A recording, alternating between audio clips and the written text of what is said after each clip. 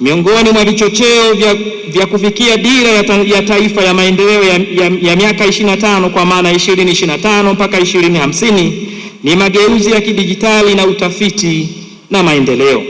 Niwapongeze Chuo cha Uhasibu Arusha kwa kuweka mipango na mikakati ya kuboresha na kuongeza ufanisi kwenye utoaji wa mafunzo, ushauri wa kitaalamu na ufanyaji wa tafiti inayotegemea zaidi maono makubwa ya taifa letu.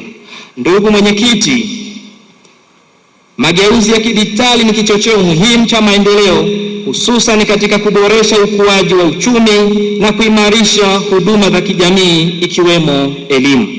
Serikali inatambua na kupongeza juhudi za IAA katika kuwekeza kwenye mifumo ya kidijitali, mipango ya kuboresha miundombinu ya tehama, mifumo ya kujifunzia kwa njia ya mtandao, usimamizi wa kitaaluma na huduma za wanafunzi ni nguzo muhimu katika kuongeza ufanisi na ushindani wa chuo kitaifa na kimataifa.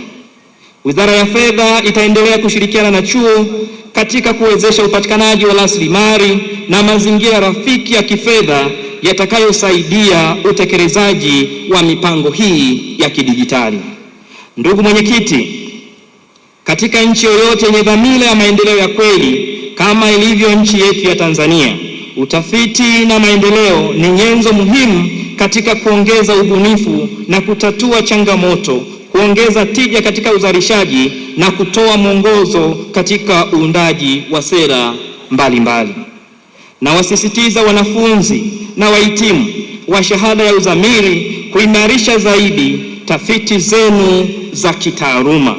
Tafiti zenu zinapaswa kuelekezwa katika kutoa majibu ya changamoto halisi zinazokabili jamii na taifa letu, ikiwemo masuala ya usimamizi wa fedha za umma, ukuaji wa uchumi jumuishi, ajira, ubunifu na matumizi sahihi ya teknolojia. Tasnifu zenu ziwe chachu ya sera bora, maamuzi sahihi na maendeleo endelevu kwa wananchi na taifa letu.